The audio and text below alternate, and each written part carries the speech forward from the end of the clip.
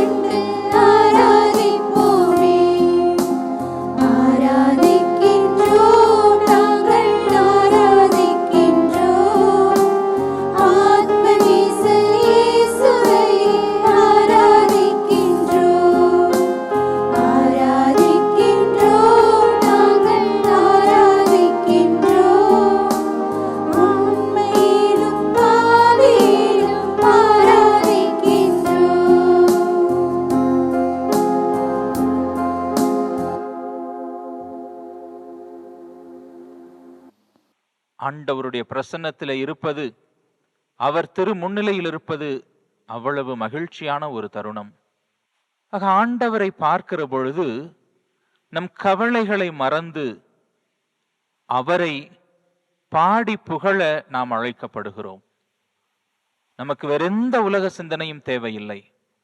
அவரை முகமுகமாக தரிசிக்கின்ற பொழுது அவரை வாழ்த்தி, அவரை புகழ்ந்து, அவரை ஆராதித்து, அவரை மகிமைப்படுத்தும் விதமாக நாம் பாடலை பாடுவோம்.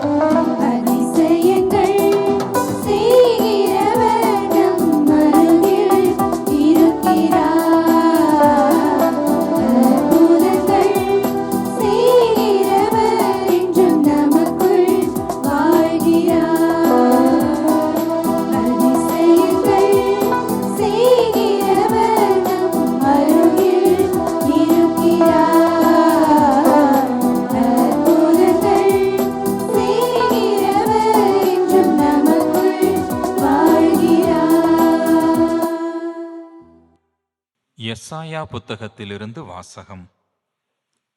55வது அதிகாரம் 10 மற்றும் 11வது இறைவார்த்தைகள். மழையும் பனியும் வானத்திலிருந்து இறங்கி வருகின்றன. அவை நிலத்தை நனைத்து முளை அரும்பி வளரச் செய்து விதைப்பவனுக்கு விதையையும் உண்பவனுக்கு உணவையும் கொடுக்காமல் அங்கு திரும்பிச் செல்வதில்லை. அவ்வாறே என் வாயிலிருந்து புறப்பட்டுச் செல்லும் வாக்கும் இருக்கும். அது என் விருப்பத்தை செயல்படுத்தி எதற்காக நான் அதை அனுப்பினேனோ அதை வெற்றிகரமாக நிறைவேற்றாமல் வெறுமையாய் என்னிடம் திரும்பி வருவதில்லை. ஆண்டவரின் அருள்வாக்கு. கிறிஸ்துவே உமக்கு புகழ். சமீபத்திலே அருட்பணியாளர் மரிய அந்தோணி அவர்கள் எழுதிய ஒரு புத்தகத்தை வாசிக்க நேர்ந்தது. அதிலிருந்த ஒரு தலைப்பு என்னை வெகுவாக கவர்ந்தது. அதையே இன்றைய சிந்தனையாகவும் நாம் எடுக்கிறோம். 6 கற்றுத்தரும் பாடங்கள் என்று அவர் எழுதியிருந்தார். 6 கற்றுத்தரக்கூடிய 6 பாடங்களை இன்றைய இறைவார்த்தையின் அடிப்படையில் நமது மைய சிந்தனையாக நாம் எடுக்கிறோம். இன்றைய வாசகத்திலே நாம் வாசிக்க கேட்டோம், வானிலிருந்து பொழியக்கூடிய மழையானது பெருக்கெடுத்து ஓடி மண்ணிற்கு வளத்தை, விதைப்பவனுக்கு விதையை, உண்பவனுக்கு உணவை கொடுத்து அதன் பிறகுதான் என்னிடம் திரும்பி வருகிறது என்பதாக இறைவன் சொல்லுகிறார். ஒரு ஆற்றினுடைய வாழ்க்கை இப்படித்தான் தொடங்குகிறது. ஆக ஆற்றினுடைய முதல் குணமே அது பாய்ந்தோடுகிற இடமெல்லாம் வளத்தையும் நலத்தையும் நல்குவதாக இருக்கிறது. பண்டைய காலகட்டங்களில் நாகரிகம் வளரத் தொடங்கியதே ஆற்றுப்படுகைகளில் இருந்துதான் என்று நாம் பார்க்கிறோம். மிக தொன்மையான நாகரிகங்கள் ஆற்றுப்படுகைகளிலிருந்துதான் வளர்ந்திருக்கின்றன. ஏனென்றால் ஆறு என்பது வாழ்வின் ஆதாரமாக விளைச்சலை பெருக்குகிறது, மரங்கள் கனி கொடுப்பதற்கு உதவுகிறது, மனிதர்களுக்கும் வாழ்வாதாரமாகிய அடிப்படை குடிநீராக, விலங்குகளுக்கு குடிநீராக வாழ்வு தரக்கூடிய பணியை செய்கிறது. செல்லும் இடமெல்லாம் வளமும் நலமும் தரக்கூடிய பண்பை கொண்டிருக்கிறது. மனிதர்களாகிய நாமும் எப்படி இறை வார்த்தை தன்னுடைய லட்சியத்தை அடைந்து வருகிறதோ அதுபோல மனிதர்களாகிய நாம் வாழக்கூடிய இடங்களில் நலத்தையும் வளத்தையும் நல்குபவர்களாக இருக்க வேண்டும். அதுதான் 6 கற்றுத்தரக்கூடிய முதல் பாடமாக இருக்கிறது. இரண்டாவது, ஆற்று நீரானது அழுக்குகளை கழுவி போக்குகிறது. இன்னைக்கு நம்ம ஊர்ல எல்லாம் போய் ஒவ்வொரு ஆற்று பகுதிகளையும் பார்த்தால் தெரியும். எல்லா சாக்கடையும் அதில் தான் கலந்து விடுறோம், எல்லா குப்பைகளையும் அதில் தான் போடுகிறோம். ஆனால் நல்ல ஒரு மழை பெய்து அந்த ஆற்று நீர் வெள்ளம் என பாய்கிற பொழுது அந்த சாக்கடை, அந்த குப்பைகள் எல்லாம் அடித்து செல்லப்பட்டு மீண்டும் ஆறு தெளிந்த நீராக மாறுகிறது. தன்னிடத்திலே சேரக்கூடிய அழுக்குகளை சுத்தப்படுத்தும் ஆற்றல் ஆற்றிற்கு இருக்கிறது. பல நேரத்தில் நம்ம சொல்லுவோம், நம்ம நினைப்போம், என்னை சுற்றி எல்லாம் தீயதாக இருக்கிற பொழுது நான் மட்டும் நல்லவனாக இருந்தால் இந்த சமூகம் மாறிவிடுமா என்று கேள்விகள் கேட்போம். ஆனால் ஆண்டவர் இயேசு கிறிஸ்தவர்களாகிய நமக்கு சொல்லி இருக்கக்கூடிய பாடம் அதுதான். நீங்கள் உலகிற்கு உப்பாய் இருக்கிறீர்கள், நீங்கள் புளிக்காரமாய் இருக்கிறீர்கள். உப்பு எந்த ஒரு உணவில் கலக்கின்ற பொழுது தன்னையே கலந்து தன்னையே கரைத்து உணவிற்கு சுவையூட்டுகிறது. சிறிய அளவுதான் புளிக்காரம், அது மொத்த மாவையும் புளியேற்றுகிறது. ஆக நம்மை சுற்றி தீயவை நிறைய இருக்கிறது என்பதற்காக நாம் தீயவர்களாக இருக்க வேண்டும் என்பதல்ல. ஆற்றை போல நம்மில் கலக்கக்கூடிய, நாம் கடக்கக்கூடிய அத்துணை அழுக்குகளையும் தூய்மைப்படுத்தக்கூடிய, சுத்தப்படுத்தக்கூடிய ஆற்றலோடு நாம் இருக்க வேண்டும். அதற்கு ஆவியின் துணை என்னோடு இருக்கிறது என்கிற நம்பிக்கை நமக்கு வேண்டும். நாம் ஓடிச் செல்லுகிற பாய்கிற நாம் வாழுகிற இடத்தில் இருக்கக்கூடிய அழுக்குகளை சுத்தப்படுத்துபவர்களாக நாம் இருக்க வேண்டும். இது 6 கற்றுத்தரக்கூடிய 2வது பாடமாக இருக்கிறது. 3வது, ஆற்றின் தன்மை ஓடிக்கொண்டே இருப்பது. ஓடிக்கொண்டே இருப்பதால் தான் அது ஆறாக இருக்கிறது. மழை நீர் ஒரு இடத்தில் தேங்கிவிட்டால் அதை குட்டை என்று சொல்லுவோம். சிறிது காலத்தில் அதில் பூச்சி புழுக்கள் உண்டாகி, நோய் தரக்கூடிய கொசுக்கள் உண்டாகி, அது மனித வாழ்விற்கு எதிரானதாக மாறிவிடுகிறது. தேங்கி கிடக்கும் நீர் ஆபத்தை விளைவிக்கக்கூடிய நீராக மாறும். ஆனால் ஓடிக்கொண்டே இருக்கின்ற நீர் புதுப்பித்துக் கொண்டே இருக்கும். அது தன்னையும் புதுப்பித்துக் கொள்ளுகிறது, தான் கடந்து செல்லுகிற பகுதியையும் புதுப்பித்து செல்லுகிறது. மனிதர்களாகிய நாம் இயங்கிக் கொண்டே இருக்க அழைக்கப்பட்டிருக்கிறோம். பிரச்சனைகள் வரத்தான் செய்யும். பிரச்சனைகள் இல்லாத வாழ்க்கை இல்லை. மனித வாழ்வில் நாம் அன்றாடம் சந்திக்கக்கூடிய பிரச்சனைகள் நிறைய இருக்கிறது. நம் ஆண்டவர் இயேசுவே, என்னை பின்பற்றுகிற எவரும் தன்னையே மறுத்து தனது சிலுவையை சுமந்து செல்ல வேண்டும் என்று அழைக்கின்றார். ஆனால் ஆண்டவர் சொல்லக்கூடிய, அவர் தரக்கூடிய நுகம் சுமப்பதற்கு எளிதானது என்று சொல்லுகிறார். பிரச்சனைகளை கண்டு நாம் தேங்கி விடக்கூடாது, துவண்டு விடக்கூடாது. அதைத்தான் ஆற்றிடமிருந்து நாம் கற்றுக்கொள்ள வேண்டும். என்ன நேர்ந்தாலும் நாம் நகர்ந்து கொண்டே இருக்க வேண்டும். அதனால்தான் மக்கள் இயக்கங்கள் பலவற்றிற்கும் இயக்கம் என்று பெயர் வைத்திருக்கிறோம். இளைஞர்களுக்கு தமிழக கத்தோலிக்க இளைஞர் இயக்கம். அது வெறும் அமைப்பு அல்ல, அது ஒரு இயக்கம். ஏனென்றால் அது இயங்கிக் கொண்டே இருக்க வேண்டும். ஆட்கள் மாறலாம், பொறுப்பாளர்கள் மாறலாம், தலைவர்கள் மாறலாம், ஆனால் அந்த இயக்கம் என்பது தொடர்ந்து இருந்து கொண்டே இருக்க வேண்டும். அதனால்தான் அதன் பேர் இயக்கம். மனித வாழ்வு இறைவனை சென்றடைகிற வரை இயங்கிக் கொண்டிருக்க வேண்டும். அதை ஆற்றிடமிருந்து நாம் கற்றுக்கொள்வோம். துன்பத்தில் இறைவன் நமக்கு துணையாக இருக்கிறார். ஆண்டவருடைய வார்த்தை நமக்கு துணையாக இருக்கிறது. நற்கருணை ஆண்டவர் நமக்கு துணையாக இருக்கிறார். நாம் ஏன் துவண்டு அமர்ந்து விட வேண்டும்? தேவையில்லை. எழுந்து நடப்போம், ஓடிக்கொண்டே இருப்போம். நம்முடைய வாழ்வின் புகழெல்லாம் அவருக்கு, அவருடைய மாட்சிக்காக நாம் தொடர்ந்து இயங்கிக் கொண்டிருக்க வேண்டும். அது 6 கற்றுத்தரக்கூடிய 3வது பாடமாக இருக்கிறது. எசையா இறைவாக்கினருடைய புத்தகம் 58வது அதிகாரம் 9வது வசனத்திலே இதைத்தான் நாம் வாசிக்க பார்க்கிறோம். நீ ஆண்டவரை மன்றாடுவாய், அவர் உனக்கு பதிலளிப்பார்.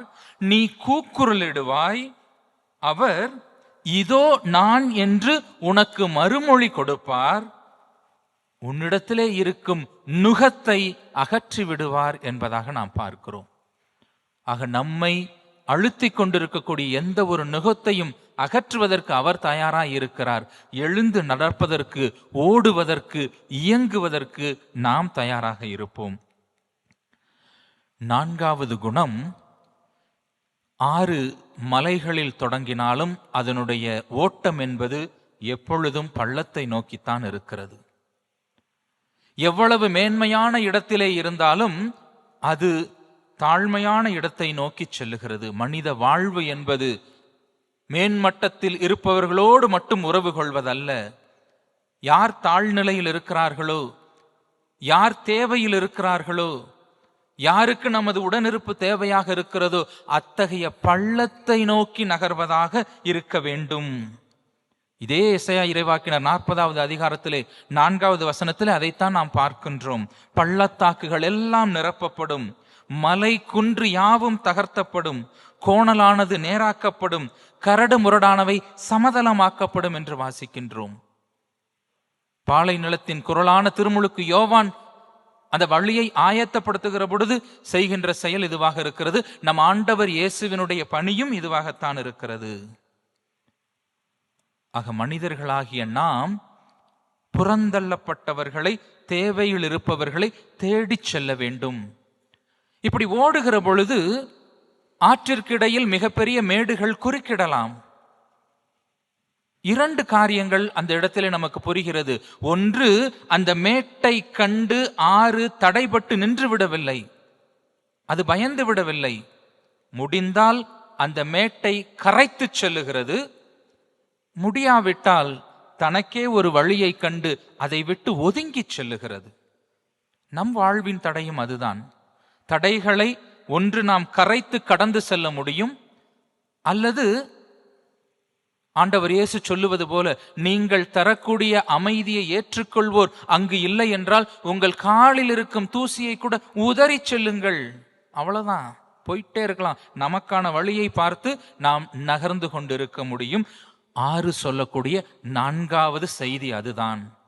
பள்ளத்தை நோக்கி செல்வோம், தாழ்மையான இடத்தை நோக்கி செல்வோம், தாழ்ந்தவர்களை நோக்கி செல்வோம், தடைகளை தகர்த்து செல்வோம் அல்லது தவிர்த்து செல்வோம் என்பதுதான் 4வது கருத்தாக இருக்கிறது. 5வதாக, ஓரிடத்தில் தொடங்குகிற ஆறு நேராக ஓடி கடலை கடப்பதில்லை, அது வளைந்து நெளிந்து தான் செல்லுகிறது. வாழ்க்கையும் அப்படித்தான். மேடு பள்ளங்கள், வளைவு நெளிவு சுழிவுகளோடு தான் இருக்கிறது. இந்த உண்மையை நாம் புரிந்து கொள்வோம். பல நேரங்களில் நான் நேர்மையாளர் என காட்டிக்கொள்வதற்காக கடுமையான முகத்தோடும் நேரிய மனநிலை என்பதற்காக மிக கடுமையானவர்களாக நாம் மாறிவிடுகிறோம். அது அல்ல வாழ்க்கை. தேவையான இடத்தில் இரக்கம் காட்டுவது மனித வாழ்க்கையின் அழைப்பாக இருக்கிறது. ஆண்டவர் சோதோம் கொமோராவை அழித்துவிட நினைக்கின்ற பொழுது ஆபிரகாம் அவரிடத்திலே மன்றாடுகிறார். ஆண்டவரே, 50 நீதிமான்கள் இருந்தால், 40 நீதிமான்கள் இருந்தால், 30, 20 என்று ஆண்டவரிடத்திலே அவர் பேச பேச ஆண்டவரும் தன்னுடைய இரக்கத்தை கூட்டிக் கொண்டே போகிறார். ஒருவர் இருந்தாலும் நான் அந்த நகரை அழிக்க மாட்டேன் என்று சொல்லி இறுதியில் அந்த ஒருவர் லோத்து குடும்பத்தை நகரிலிருந்து காப்பாற்றுவதை நாம் தொடக்க நூலிலே பார்க்கின்றோம். இரக்கம் கொள்பவராகவும் இருக்கிறார் இறைவன். தன்னை மனிதர்களுக்காக மாற்றிக்கொள்ளுகிற இயல்பு கொண்டவராகவும் இருக்கிறார். 6 சொல்லக்கூடிய 5வது கருத்து அதுதான். வளைந்து நெளிந்து செல்வதற்கும் நாம் பழக்கப்பட வேண்டும். தேவையான இடத்தில் வளைந்து கொடுப்போம். நாணலை போல வளைந்து கொடுக்கிற பொழுது எவ்வளவு பெரிய வெள்ளம் வந்தாலும் நம்மால் இருக்க முடியும். மிகப்பெரிய மரங்கள் கூட காட்டாற்று வெள்ளத்தில் வேரோடு அடித்து செல்லப்படுகிறது. நாம் அப்படி வளைந்து கொடுக்காமல் இருக்கிற பொழுது சில நேரத்தில் அடித்து செல்லப்படுவோம். ஆனால் வளைவு நெளிவு சுழிவுகளை கற்றுக்கொண்டு பயணிக்கிற பொழுது வாழ்வு இன்னும் மேன்மைப்படுகிறது. இறுதியாக 6 சொல்லக்கூடிய 6வது பாடமாக இருப்பது, தன்னுடைய இலக்கை நோக்கி அது ஓடுகிறது, கடலில் சென்று கலக்கிறது. சில ஆறுகள் கடலில் கலப்பதில்லை, அவை ஏதோ ஒரு ஏரியில் கலந்து மிகப்பெரிய ஏரியாக அவை மாறுவதை பார்க்கிறோம். ஆற்றினுடைய லட்சியம் என்பது கடலை சென்று அடைவது. அந்த லட்சியத்தை அடைகிற வரை அது தொடர்ந்து பயணித்துக் கொண்டிருக்கிறது.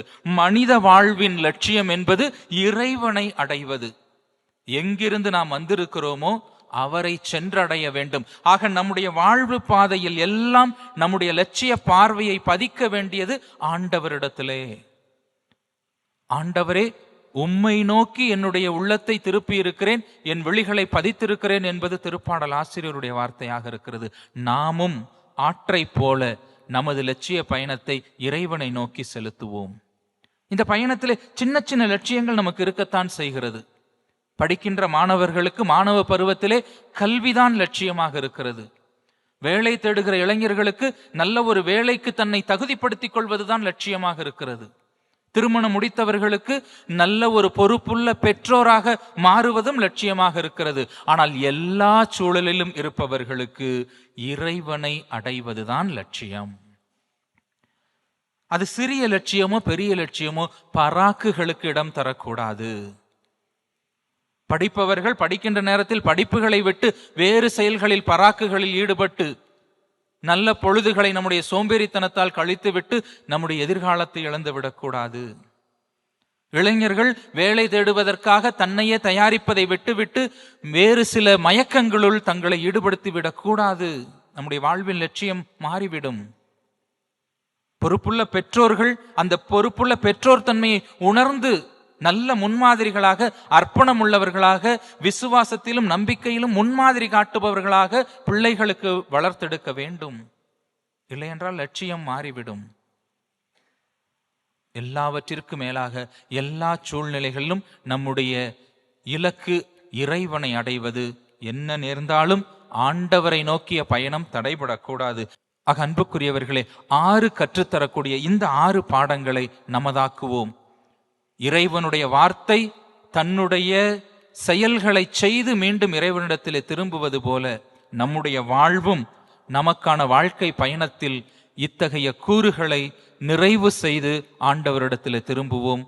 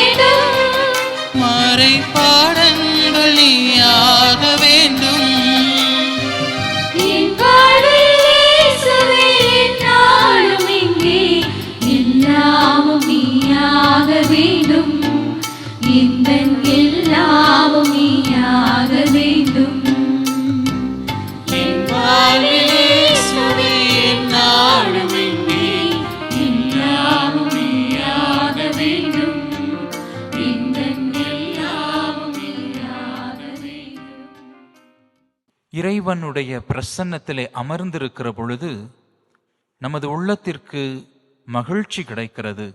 அவருடைய திருமுகத்தை நாம் நாடுகிற பொழுதெல்லாம், தேடுகிற பொழுதெல்லாம் அவரிடமிருந்து அருளும் ஆற்றலும் வல்லமையும் நாம் நிறைவாக பெற்றுக்கொள்ளுகிறோம். இந்த ஒரு சில மணித்துளிகள் அவரை உற்று நோக்குவோம், அவரோடு பேசுவோம், அவரை புகழ்ந்து பாடுவோம்.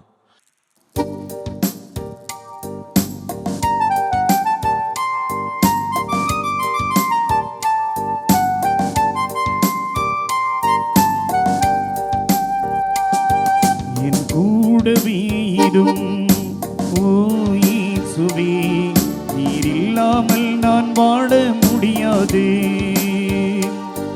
என் பக்கத்திலேரும் ஓ இயேசுவே, நீர் இல்லாமல் நான் வாழ முடியாது.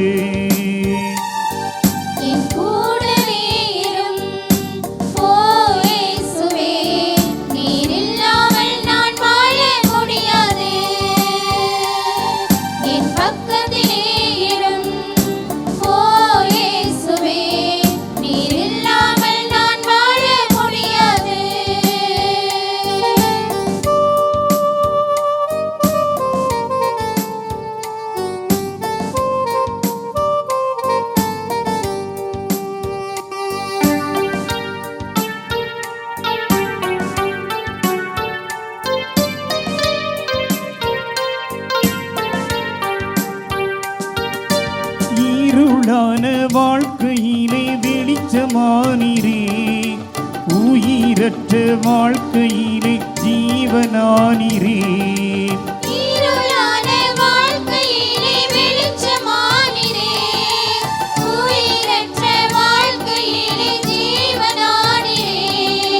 வெளிச்சமும் நீரே, என் ஜீவனும் நீரே, எனக்கெல்லாமே நீங்கதானப்பா. என் வெளிச்சமும் நீரே, என் ஜீவனும் நீரே, எனக்கெல்லாமே நீங்கதானப்பா. என் கூடவே இரும் ஓ இயேசுவே, நீர் இல்லாமல் நான் வாழ முடியாது.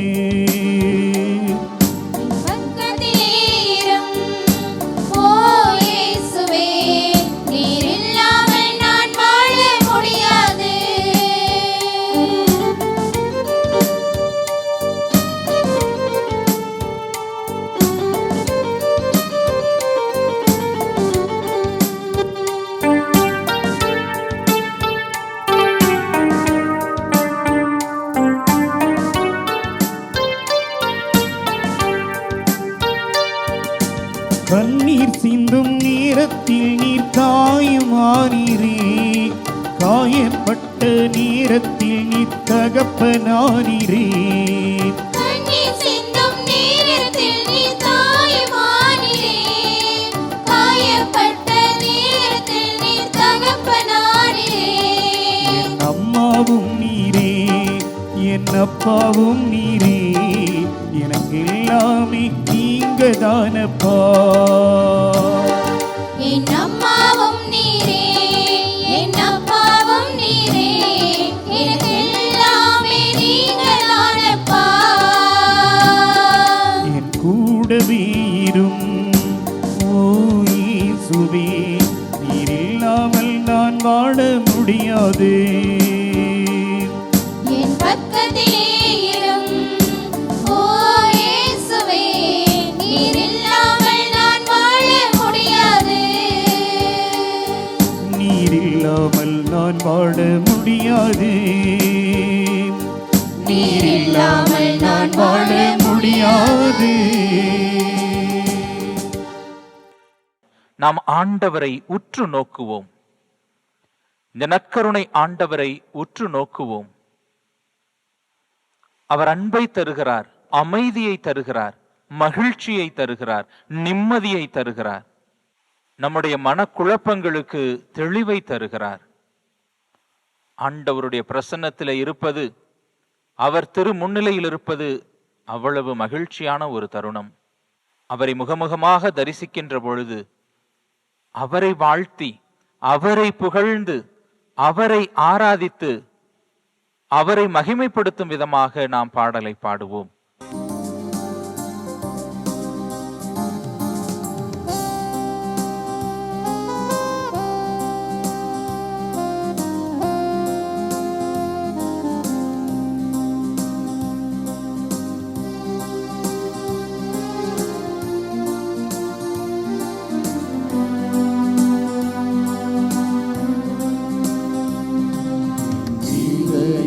தெய்வமே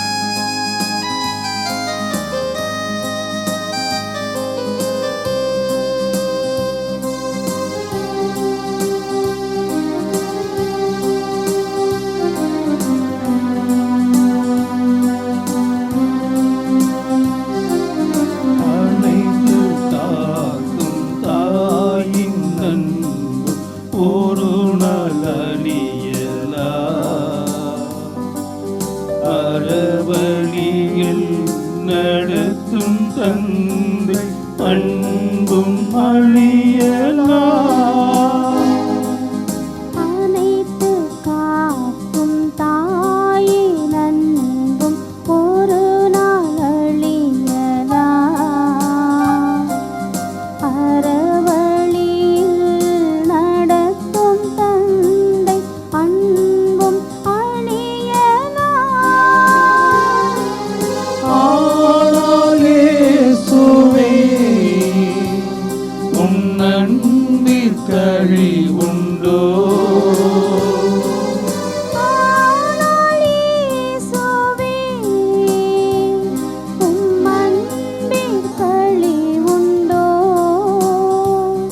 என் இனிய அன்பே எழுந்து வா, என் இதய தெய்வமே, என்னில் எழுந்து வா.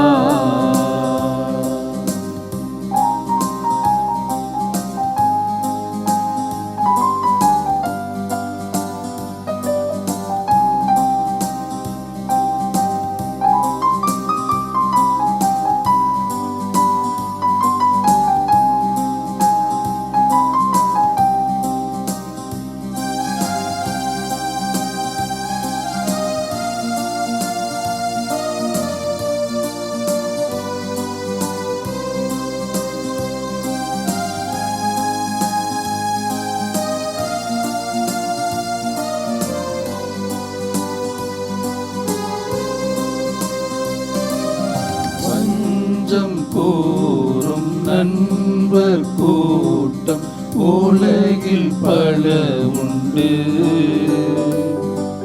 தன்னலமே உருவெடுத்து உலவும் நட்புண்டு. வஞ்சம் கூறும் நண்பர் கூட்டம் உலகில் பல உண்டு.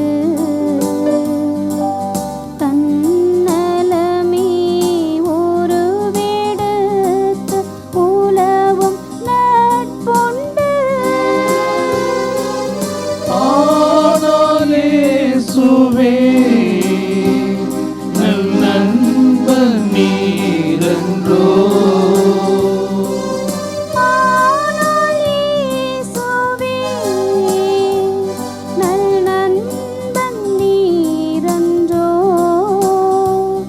என் இனிய நண்பா எழுந்து வா, என் இதய தெய்வமே,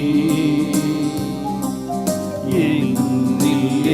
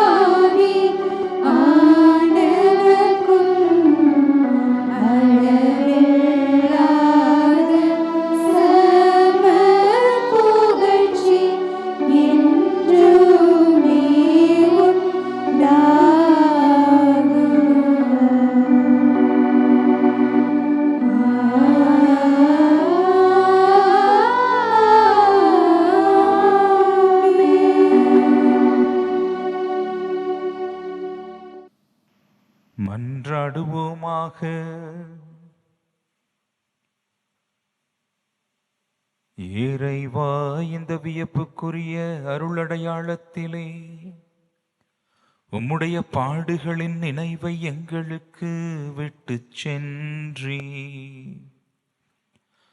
உம் திருவுடல் திருரத்தம் ஆகியவற்றின் தூய மறைபொருளை வணங்கும் நாங்கள் உம்மீட்பின் பயனை இடைவிடாமல் துய்த்து உணர்ந்து மகிழ அருள்வீராக.